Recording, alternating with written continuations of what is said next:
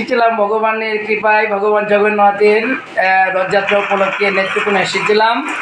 সেই সুবাদে আমরা একজন মাসির বাসায় আঙ্গিনায় এসেছি। এই যে আমাদের মাসি, তিনি বাসায় আসছে। আর এই মাসির আমাদের মদনের, আমার গর্ভধারিণী মা রয়েছেন, হ্যাঁ মেশো রয়েছেন, আর আমার যে বোন রয়েছেন, হ্যাঁ সীমা দিদি, ঠিক আছে, যার উপলক্ষে এখানে আমার এই দিদির বাসায় এসেছি।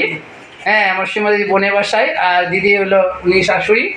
হ্যাঁ, এই সুবাদে আমরা এখানে এসে ভগবানের কৃপায় এসেছি, মাসিকেও পেলাম এবং হ্যাঁ সীমা দিদির বাসায় আসলাম।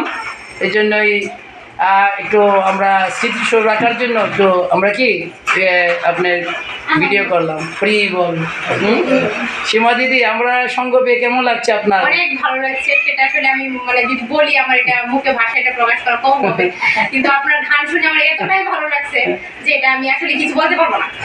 আমার কিছু বলার নাই। গান শুনে আমি একদম মুগ্ধ। আমি যেন পরবর্তীতে আপনার গান আমি আরো শুনতে পারি। আচ্ছা, হরি বল, ধন্যবাদ।